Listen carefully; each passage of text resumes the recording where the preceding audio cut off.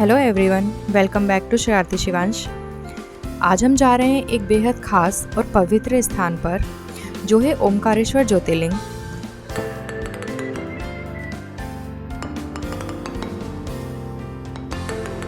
भगवान शिव के 12 प्रमुख ज्योतिर्लिंगों में से चौथे स्थान पर ओमकारेश्वर ज्योतिर्लिंग है। यह एमपी के खंडवा जिले में नर्मदा नदी के बीच मंदाता द्वीप पर स्थित है। यहाँ पर नर्मदा नदी दो भागों में बंटकर मंदाता द्वीप का निर्माण करती है। यह द्वीप करीब 4 किलोमीटर लंबा और 2 किलोमीटर चौड़ा है। यह द्वीप ऊपर से ओम आकार का दिखाई देता है, इसलिए इस जगह को ओमकारेश्वर के नाम से जाना जाता है। इस मंदिर में ज्योतिर्लिंग है वो वहाँ पर पंचमुखी रूप में स्थापित है और माना जाता है कि यहाँ पर 33 करोड़ देवी देवताओं का वास है।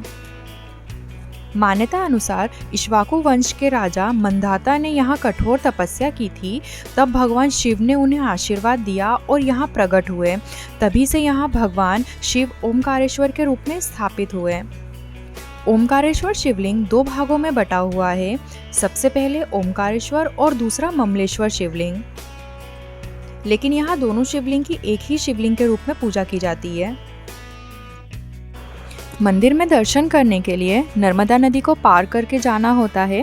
नर्मदा नदी को पार करने के लिए दो ऑप्शन होते हैं। आप ब्रिज से भी जा सकते हैं और बोट से भी जा सकते हैं।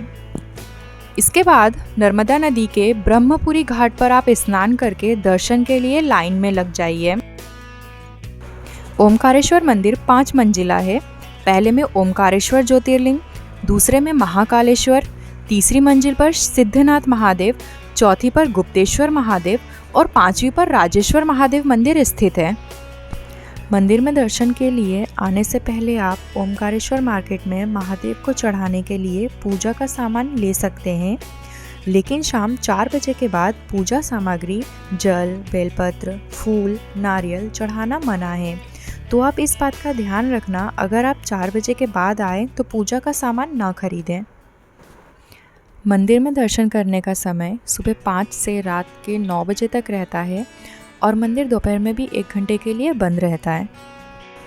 अगर आप यहाँ सावन के महीने में आएंगे तो आपको यहाँ श्रद्धालुओं की बहुत ज़्यादा भीड़ देखने को मिल सकती है और दर्शन करने के लिए करीब 4 से 5 घंटे लाइन में लगकर इंतज़ार करना पड़ सकता है।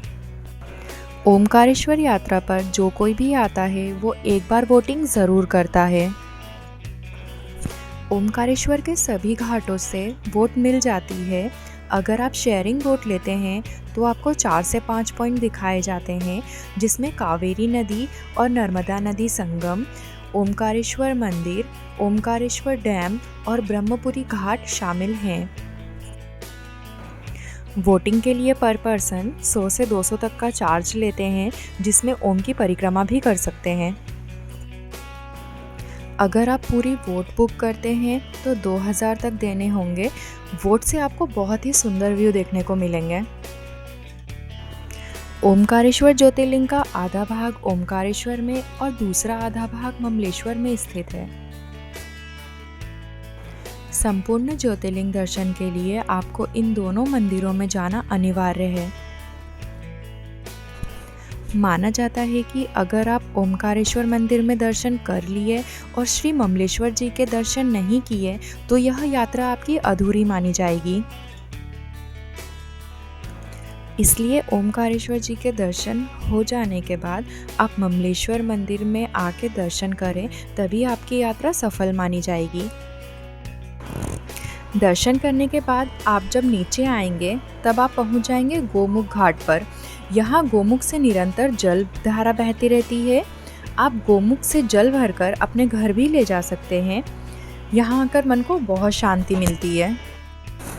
अगर आप पैदल नर्मदा नदी परिक्रमा करना चाहते हैं तो आपको 7 से 8 किलोमीटर पैदल चलना पड़ेगा। इस परिक्रमा को करते समय आपको बहुत सारे मंदिरों के दर्शन होंगे, जिनमें चलते चलते आपको विशाल शिव जी की प्रतिमा के दर्शन होंगे। यह प्रतिमा 90 फीट की है। फिर गौरी सोमनाथ मंदिर के दर्शन होंगे। इस मंदिर में 62 फीट ऊंचा शिवलिंग स्थापित है।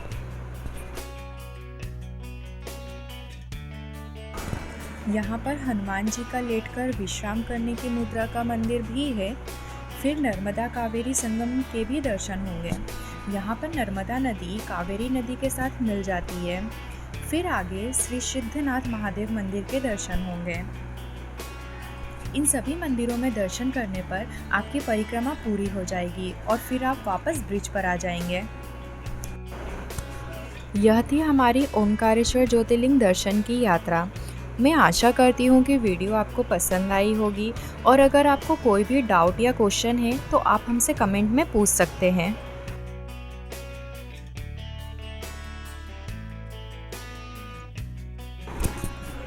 अगर आपको वीडियो पसंद आई हो तो वीडियो को शेयर ज़रूर करिएगा। हर हर महादेव फ्रेंड्स।